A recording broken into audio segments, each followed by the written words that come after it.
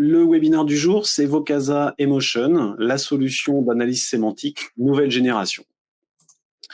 Pour redonner un petit peu de contexte sur le webinaire du jour, on va repréciser qui nous sommes, même si la plupart d'entre vous nous connaissent déjà. Pourquoi faire une solution d'analyse sémantique, notamment en 2020. Et comme une démo vaut mieux qu'un long discours, on ira directement sur du réel physique produit que nous présentera Christophe Olivier et que l'on animera tous les deux. Pour nous présenter, je vais te laisser t'introduire, Christophe.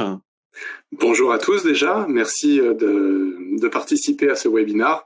Donc pour ma part, je suis Christophe Olivier, j'occupe depuis le début de l'année 2020 la fonction de directeur produit au sein de Vocasa. Et donc je suis en charge de la mise en place de la stratégie produit au sein de la société. J'étais précédemment directeur technique de la société XTCO, pour peut-être certains qui me connaissent déjà, qui était principal partenaire intégrateur des solutions Vocasa. Et nous avons fusionné nos deux structures en fin d'année 2019 pour former une seule et unique entité. Parfait. Et moi, du coup, je suis Johan Duranton, je suis directeur commercial de Vocasa. Je suis régulièrement la tête que vous pouvez voir dans les webinars que l'on donne sur la plateforme Webikeo. Et à ce titre-là, je vais commencer par introduire un petit peu le sujet. Et après, c'est plus Christophe Olivier qui animera la suite. Donc, qui nous sommes chez Vocasa? Donc, Vocasa, pour résumer en quelques chiffres clés, c'est 15 ans d'innovation, plus de 300 clients actifs et des millions d'interactions et d'insights gérés sur des nombreux projets. On a des bureaux, alors en ce moment on a plein de bureaux partout en France vu que les domiciles de chacun sont devenus des bureaux, mais en vrai sinon on a des bureaux sur Paris, Avignon et Grenoble, ce qui nous permet d'assurer un maillage sur le territoire français notamment. Sur ce que l'on propose comme type de produit, puisque certains d'entre vous, donc la plupart d'entre vous sont déjà clients aujourd'hui, mais sur différentes offres. Donc on a plusieurs offres chez Vocasa. Les premières, c'est d'être en capacité à faire des enquêtes tout simplement avec des outils. Deuxième possibilité, c'est de mesurer la satisfaction et de piloter l'amélioration continue, et ça se fait via une offre évidemment d'enquête automatisée. Et puis on a des produits complémentaires pour faciliter notamment l'adhésion des équipes et un autre produit qu'on va vous montrer encore aujourd'hui, qui est Vocasa Emotion.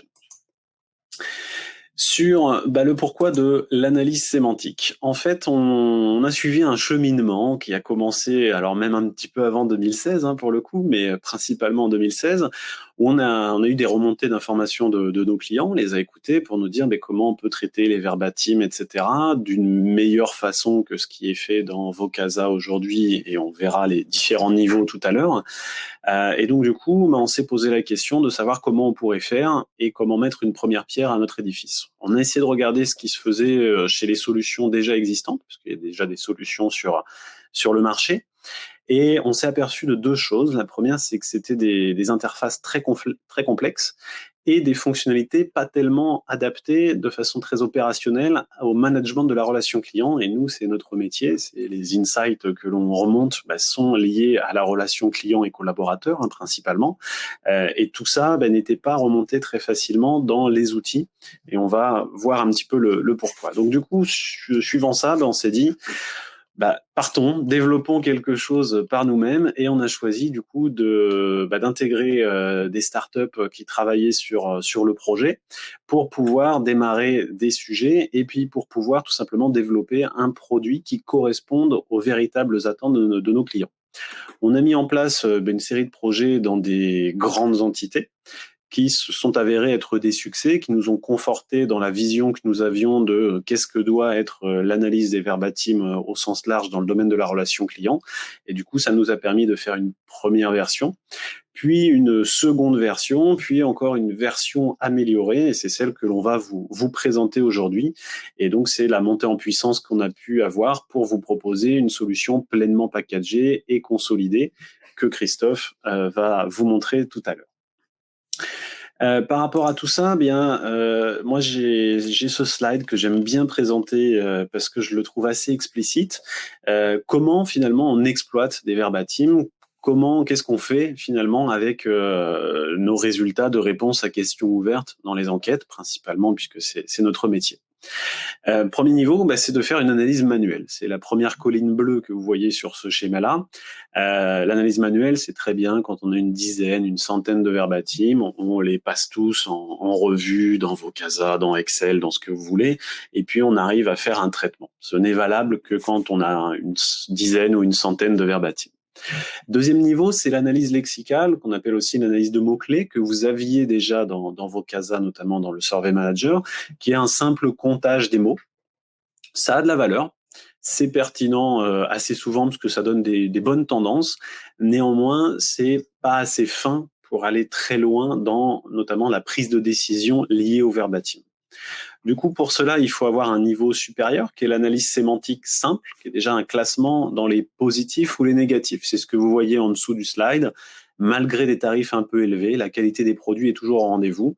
On voit qu'à l'intérieur de ce commentaire, on a deux idées. Une qui a vocation plutôt négative, tarif un peu élevé. L'autre a vocation plutôt positive, la qualité des produits n'est pas au rendez-vous. Donc fort de ça, il y a déjà des outils qui font ça très bien en effet. Et puis il y a des outils qui vont déjà sur de l'analyse sémantique plus complexe et qui vont venir traiter des émotions et notamment des émotions primaires qui, selon les théories plutôt liées à la psychologie, font remonter les émotions primaires qui vont être par exemple le dégoût, la peur, la tristesse, la joie, etc. Donc il y a 7 à 8 émotions primaires. Mais finalement, nous, quand on a regardé un petit peu les produits qui existaient, ces émotions primaires, c'est bien. Je suis très content de savoir que j'ai 30% de gens qui sont en émotions primaires tristes. Mais moi, en tant que chef de la relation client dans une entreprise, ça me sert à rien. Moi, j'ai besoin de savoir qui est en risque peut-être de vouloir résilier, qui est en satisfaction, qui est en mécontentement, qui trouve que notre joignabilité elle est pas bonne, etc. Et donc du coup, nous, on a choisi d'aller sur un niveau supérieur qu'on appelle l'intelligence linguistique et dont on va parler plus largement. Je vais pas spoiler la suite. Donc pour redonner un petit peu aussi de contexte par rapport à tout ça, c'est pour vous montrer un petit peu quelques grandes notions. Donc le constat, c'était un manque d'informations sur des éléments stratégiques qui sont remontés notamment par les verbatim. Les clients vous donnent beaucoup d'informations et puis finalement, on ne sait pas trop comment les analyser. Donc le nuage de mots, comme je vous l'ai dit tout à l'heure, ça donne un premier niveau, mais c'est pas suffisant. Et quand on a besoin d'avoir le contexte des verbatim pour faire de l'analyse et pour prendre des décisions. Donc les entreprises aujourd'hui, elles ont un petit peu ce sentiment de frustration de ne pas pouvoir exploiter les commentaires des questions ouvertes. Et pourtant, leur quantité, elle est très importante. Moi, des clients qui remontent des milliers, des centaines de milliers, voire des millions de réponses tous les ans. Et très souvent, les verbatim sont remplis dans 40 à 70% des cas selon les typologies d'enquête. Il y a certaines enquêtes où c'est beaucoup plus récurrent que d'autres, certains types de clients où c'est plus récurrent que d'autres aussi. Mais en tous les cas, il y a une grosse part qui est à analyser et à interpréter. Donc par rapport à tout ça, ce qui est intéressant aussi, c'est que comme vous le savez, Vocasa est capable de gérer des enquêtes liées à un parcours client et au même titre que l'on est capable de remonter des indicateurs liés à un parcours client, on va être capable aussi de remonter des indicateurs liés à des verbatim, liés à un parcours client. Et donc du coup, là pareil, je spoil pas toutes les informations, mais les indicateurs que nous construisons, ils vont être utiles à toutes les étapes de vos parcours clients pour en ressortir les points décisionnels clés pour vous. On va du coup, comme on le disait, une démo vaut mieux qu'un long discours. On va passer sur la partie présentation. Je vous montre juste un premier slide et puis je laisse la main à Christophe qui va maintenant nous partager directement son écran. Très bien, je partage donc mon écran pour que vous puissiez le visualiser.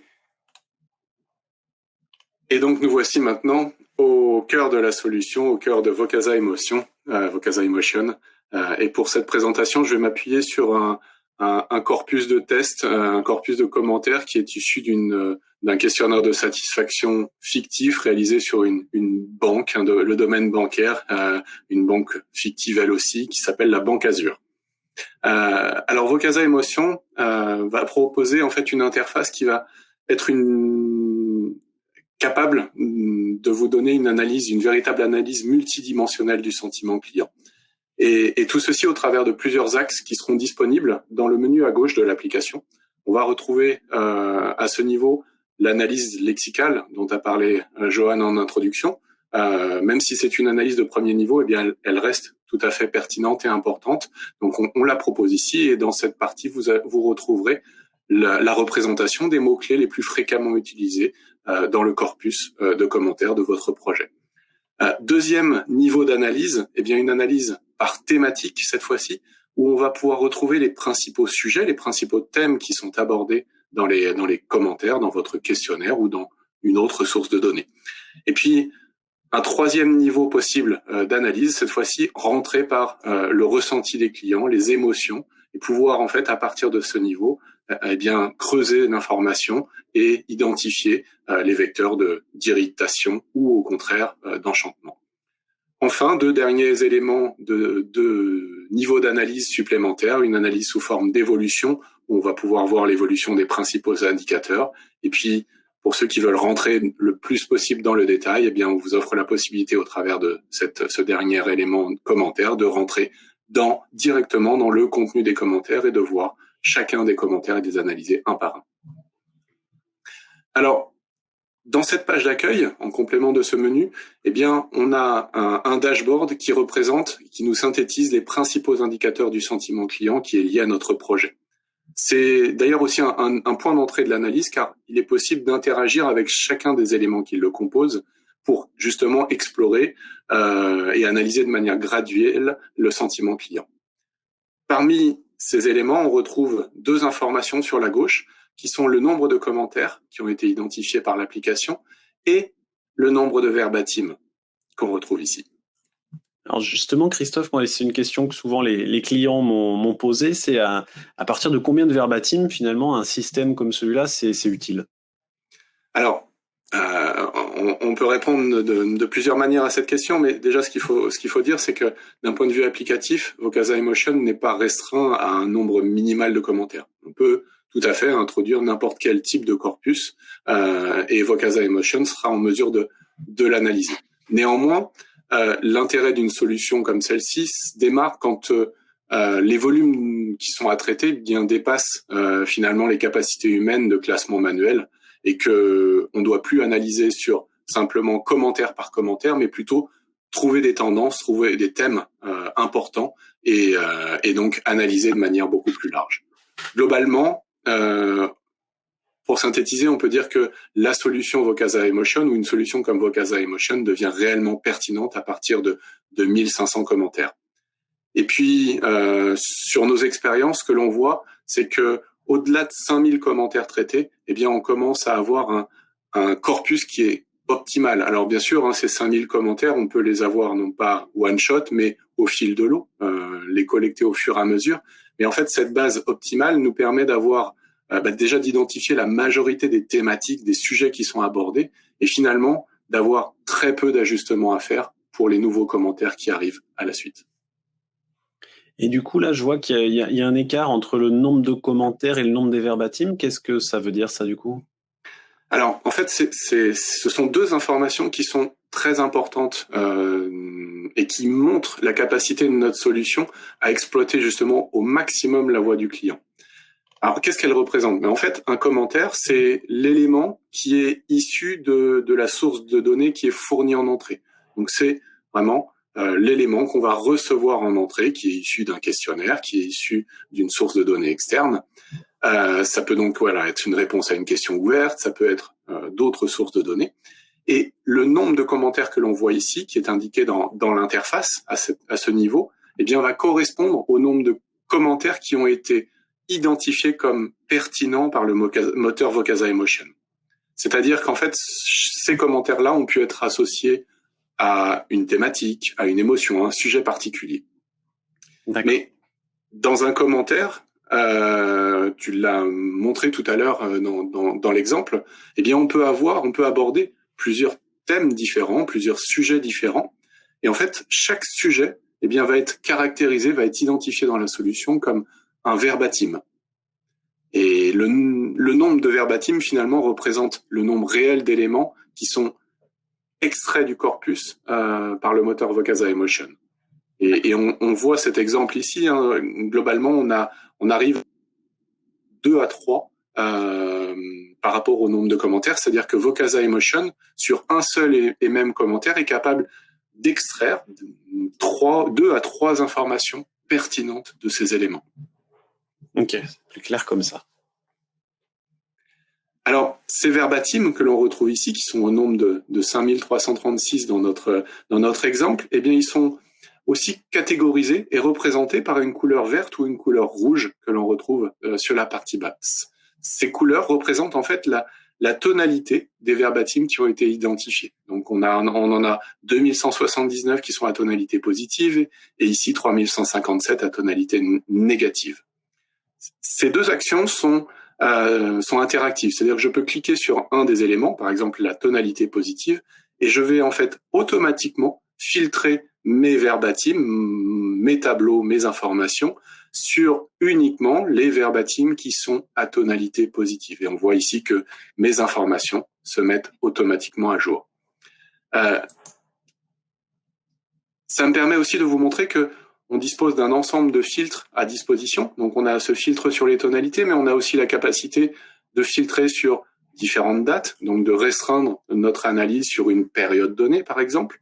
Et on a la possibilité aussi de travailler sur des filtres qui sont des données qui sont issues de notre corpus premier, ce qu'on appelle les métadonnées, donc des informations qui sont complémentaires aux réponses au questionnaire notamment, et qui vont nous permettre donc de travailler sur la catégorisation de nos clients, de nos répondants derrière.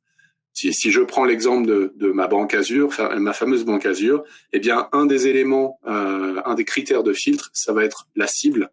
Et sur cette cible, eh bien je vais avoir deux types de cibles pour ma banque, c'est le marché des particuliers et le marché des professionnels. Eh bien, en sélectionnant ici le marché des particuliers, mes filtres vont se mettre à jour, et ici, eh bien, je vais pouvoir analyser les verbatims des répondants qui appartiennent à la cible du marché des particuliers et qui ont exprimé un verbatim à tendance, à tonalité positive. D'accord. Je vois que juste à côté, là, il y a le Net Promoter Score. Est-ce que ce Net Promoter Score-là, il va être différent de ce que je peux avoir dans un tableau de bord qui viendrait directement de Vocasa, ou comment ça fonctionne ? Alors, en effet, on ajoute dans ce tableau de bord, eh bien, l'indicateur principal du questionnaire, le Net Promoter Score ici en l'occurrence, qu'on ne présente plus maintenant. On peut aussi ajouter à la place du Net Promoter Score, si on n'a pas cet indicateur dans notre questionnaire, eh bien, on peut ajouter un autre indicateur de satisfaction qui va nous représenter finalement l'analyse quantitative et le scoring associé, et le représenter et le mettre en comparaison d'un deuxième indicateur qu'on abordera juste après, qui est le Net Emotion Score. Alors, tu évoquais le sujet, Johan, de dire est-ce que ce Net Promoter Score qu'on retrouve ici, est-ce qu'il est le même que celui qu'on a dans les tableaux de bord Vocasa ? Eh bien, déjà, en fait, les données qu'on a dans Vocasa Emotion peuvent être issues, comme on l'a dit, de sources de données multiples. Ça peut être des enquêtes qui sont issues des solutions Vocasa, que ça soit Survey Manager ou Feedback Automation. Ça peut être aussi des sources de données externes, donc d'autres éléments, d'autres corpus d'informations. Mais lorsqu'il est utilisé avec les applications Vocasa, eh bien Emotion va s'inscrire vraiment comme une brique fonctionnelle à part entière et de la suite logicielle. Ainsi, en fait, les données entre les différentes interfaces, entre les tableaux de bord, les portails de restitution et Vocasa Emotion vont être complètement synchronisées les unes avec les autres. Mais néanmoins, on a gardé une certaine souplesse dans le dashboard de restitution ou les dashboards de restitution de Vocasa Emotion, c'est-à-dire que on peut proposer ici le NPS avec un calcul sur l'ensemble des répondants au questionnaire. Et dans ces cas-là, on imagine bien qu'il sera strictement identique à celui des tableaux de bord, mais on peut aussi, par un paramétrage, bien définir que ce Net Promoter Score, va être calculé uniquement sur les répondants qui ont laissé un commentaire. D'accord. Et dans ces cas-là, voilà, il pourra être différent. Il pourrait être différent dans ce cas-là. Ok. Oui, tout à fait. Tu parlais aussi du Net Emotion Score que l'on voit à côté. Et qu'est-ce qu'il apporte par rapport à un Net Promoter Score ou autre ? Quelles sont ses fonctions à ce Net Emotion Score ? Alors, déjà, le Net Emotion Score, c'est un indicateur qui est exclusif sur le marché. Nous sommes les seuls à l'avoir mis en place aujourd'hui. et il va en fait travailler un scoring non pas sur le côté quantitatif, mais sur l'analyse des verbatims. Alors comment ça fonctionne? Eh bien en fait, le Net Emotion Score va être l'indicateur du niveau des émotions qui sont exprimées dans l'ensemble des verbatims. Et pour ce calcul, pour cette représentation, il va s'appuyer sur toute la richesse des émotions qui sont identifiées dans la solution Vocasa Emotion, et il va aller plus loin qu'une simple catégorisation par tonalité positive ou négative. En fait, le NES va proposer un algorithme qui va permettre d'établir un véritable indicateur du niveau d'émotion exprimé par les répondants. Et comment il va faire? Eh bien, il va attribuer en fait à chaque émotion non seulement une tonalité positive ou négative, mais aussi un degré d'intensité de cette émotion, de l'émotion qui est exprimée. Et on va donc pouvoir gérer l'intensité des différentes émotions en fonction de leur degré d'importance. D'accord. Je voyais aussi, juste en dessous des indicateurs, il y a la répartition des sentiments par thème. Tu as aussi évoqué dans l'ergonomie tout ce qui était thématique. Comment ça se construit ces thèmes? Tu peux nous en dire un petit peu plus?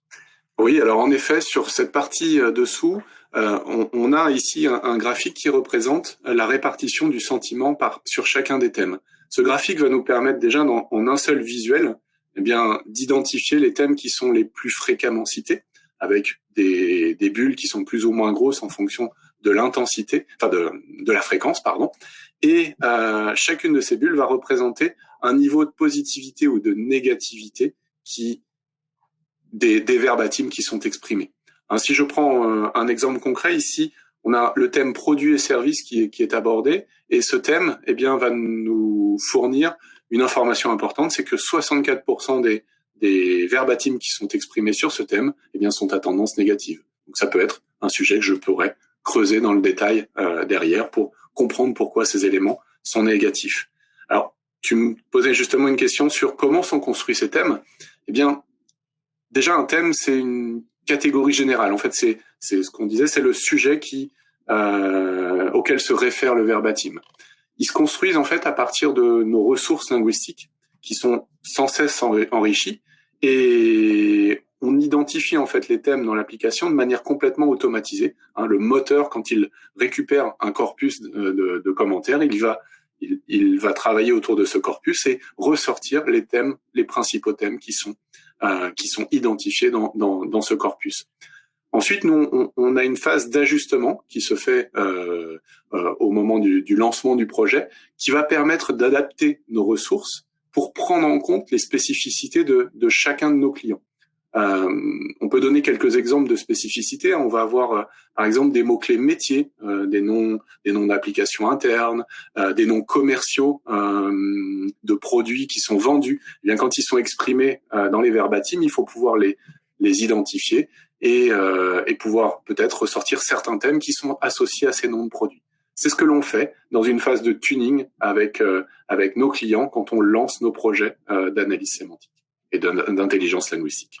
Alors on a deux petites questions en même temps. On va y répondre en direct. Donc il y a Aurélie qui nous indique verbatim est un mot invariable, je crois.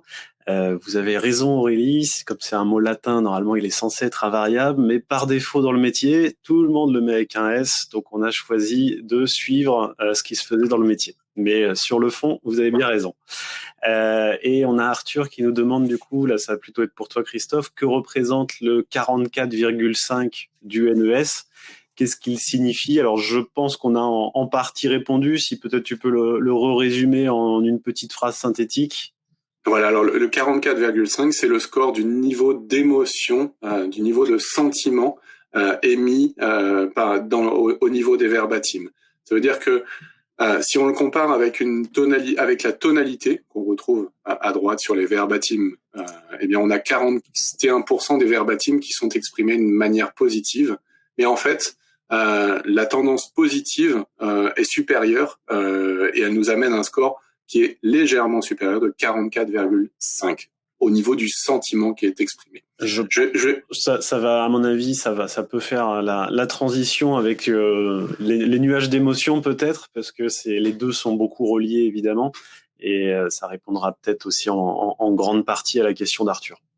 Donc on reviendra dessus, je pense, Christophe. Tout à fait.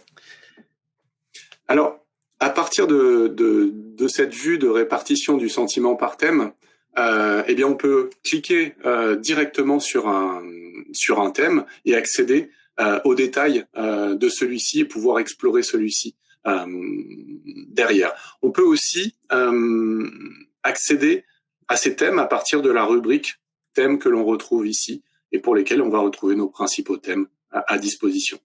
Dans la page principale, eh bien, je vais retrouver mon graphique de répartition par thème et je vais aussi avoir deux tableaux importants, essentiels pour l'analyse du sentiment client. Le premier va représenter en fait les principaux thèmes émergents sur la période qui a été sélectionnée. Donc, ce sont les thèmes qui sont les plus fréquemment identifiés dans le corpus et dans les commentaires.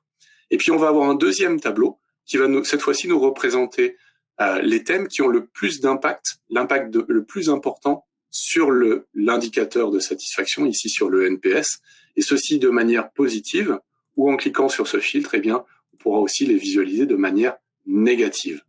Mais comment il est mesuré, du coup, cet impact sur le Net Promoter Score, par exemple ? Alors, l'impact, en fait, représente le différentiel de score qui est obtenu lorsque le commentaire va traiter du thème par rapport au NPS global calculé sur l'ensemble des répondants. Si je prends un exemple concret pour illustrer mon propos, eh bien, si je m'intéresse au thème produits et services que l'on retrouve ici, je vois que ce thème est abordé dans à peu près 13% des verbatims. C'est le deuxième sujet sur la période qui est le plus fréquemment cité, ou en tout cas abordé. Si on regarde en détail, eh bien le score NPS, lorsque les commentaires traitent de cette thématique, notre score NPS va être de 1 point. La différence, l'impact que l'on va avoir par rapport au NPS calculé sur l'ensemble des répondants, eh bien on va le retrouver ici, on va avoir un impact de moins 11 points. D'accord. Et si on creuse un petit peu le sujet, si on s'intéresse au deuxième tableau, eh bien on voit que ce thème a aussi un impact négatif et que c'est le troisième dans l'ordre, troisième thème à avoir l'impact le plus négatif sur le score NPS. Donc globalement, on a ici un thème qui est exprimé très fréquemment, c'est le deuxième thème le plus représentatif, et il représente une perte importante de NPS de 11 points, et c'est le troisième sujet en termes d'importance. Donc, on peut conclure ici très facilement avec ces deux tableaux, eh bien que c'est une thématique qui est génératrice de frustration et qu'elle sera très intéressante à explorer pour améliorer notre ressenti client. D'accord. Et c'est d'ailleurs ce que l'on va essayer de faire ici, c'est-à-dire qu'on va, en cliquant simplement sur le thème produits et services, eh bien on va pouvoir accéder à l'analyse de ce thème et rentrer dans le détail de cette thématique. Alors justement, dans ce thème et produits et services, eh bien, on va retrouver l'ensemble des produits et services qui ont été identifiés dans les commentaires. On va retrouver ici des sujets sur les cartes bancaires, sur les chèques, sur les assurances. On est bien dans le domaine bancaire, hein, sur les emprunts, sur les placements, sur l'épargne. Eh bien, tous ces éléments, en fait, ce sont aussi des thèmes qu'on a regroupés dans un thème principal qui est le thème produits et services. Et de la même manière, eh bien, je vais pouvoir explorer un thème en particulier, m'intéresser par exemple ici au sujet des chèques, qui semble être un thème qui génère beaucoup de frustration puisqu'on est à 90% de verbatim exprimé de manière négative. Et donc rentrer dans ce thème directement en cliquant sur celui-ci. Alors, à partir de ce moment-là, eh bien, je disposerai d'une analyse détaillée de cette thématique. Et je pourrais, à partir des onglets qui sont à ma disposition sur la partie haute, eh bien, travailler sur les différents axes d'analyse autour de ce thème. Notamment, les principaux indicateurs du sentiment client que l'on retrouve ici, leur évolution dans le temps. Donc, on va retrouver le NPS, le nombre de commentaires, le Net Emotion Score, les verbatim positifs, leur évolution et ainsi de suite. Je vais aussi pouvoir m'intéresser aux émotions qui sont émises au ressenti client lorsqu'on parle de ce thème.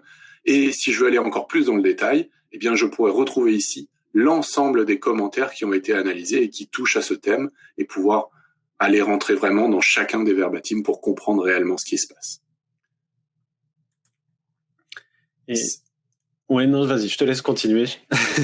Ça marche. Si on s'intéresse justement plus particulièrement aux émotions, à la question du ressenti client, en cliquant sur cet onglet, eh bien justement on va trouver les principales émotions qui ont été émises, qui ont été donc recensées dans les commentaires qui touchent au sujet d'échec. Et on va retrouver ici, eh bien les sources de frustration qui vont être associées aux émotions négatives, comme la lenteur, la complexité, l'insatisfaction, le désagrément, l'irritation. Et puis aussi des sources d'enchantement qui vont être, cette fois-ci, identifiées par des émotions positives. Alors, là, on n'en a pas beaucoup dans cet exemple, puisqu'on a 90% de verbatims qui ont une tonalité négative, mais on remarque qu'on a quand même la réactivité, bon, qui apparaît une fois, mais qui est là en termes d'émotions positives. Et là, c'est parce qu'on est descendu sur le thème et le sous-thème liés au chèque. Tout à fait, on est dans la thématique des chèques. Et on a ces mêmes informations dans chacune des thématiques, que ce soit les grandes thématiques ou encore les thématiques qui sont les thématiques vraiment les plus fines possibles. Cette information des émotions, elle est très très importante dans la solution. Elle permet d'aller très très loin dans l'analyse et dans la finesse dans la compréhension des critères d'enchantement, mais aussi des critères de frustration. Et on a considéré que cet élément devait être considéré aussi comme un axe à part entière de l'analyse du sentiment client dans la solution. C'est pour cela que dans le menu de gauche, eh bien vous avez aussi un axe qui va vous permettre, plutôt que de travailler à partir d'une analyse thématique, donc de creuser les thèmes, eh bien d'abord d'initier votre analyse sur les émotions qui ont été émises dans les commentaires qui ont été exprimés.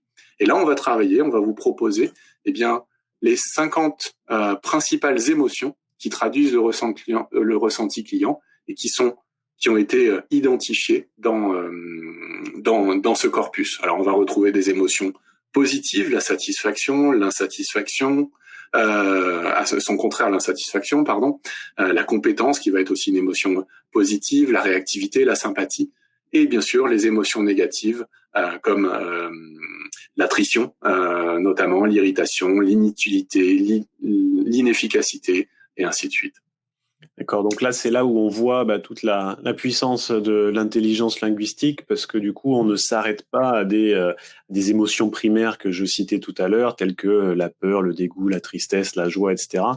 Mais on rentre vraiment sur des mots et des émotions qui sont pertinentes dans le domaine de la relation client-collaborateur. Tout à fait. Et ce qu'il faut savoir, c'est que notre solution travaille sur une palette de plus de 130 émotions, 130 nuances d'émotions différentes. Ça permet justement de proposer une analyse qui est extrêmement fine du ressenti client et qui est aujourd'hui unique sur le marché. Ce qui est aussi intéressant, c'est que à partir de ce nuage, eh bien, je vais pouvoir sélectionner une émotion, par exemple la réactivité, et je vais automatiquement, eh bien, retrouver l'ensemble des commentaires qui expriment cette émotion, et donc travailler sur ces informations, mais aussi retrouver tous les thèmes, par ordre bien sûr de fréquence, et bien tous les thèmes qui évoquent, qui expriment cette émotion de réactivité. Ça sera pareil en changeant de thématique, en changeant d'émotion, pardon, je pourrais choisir et visualiser ces informations.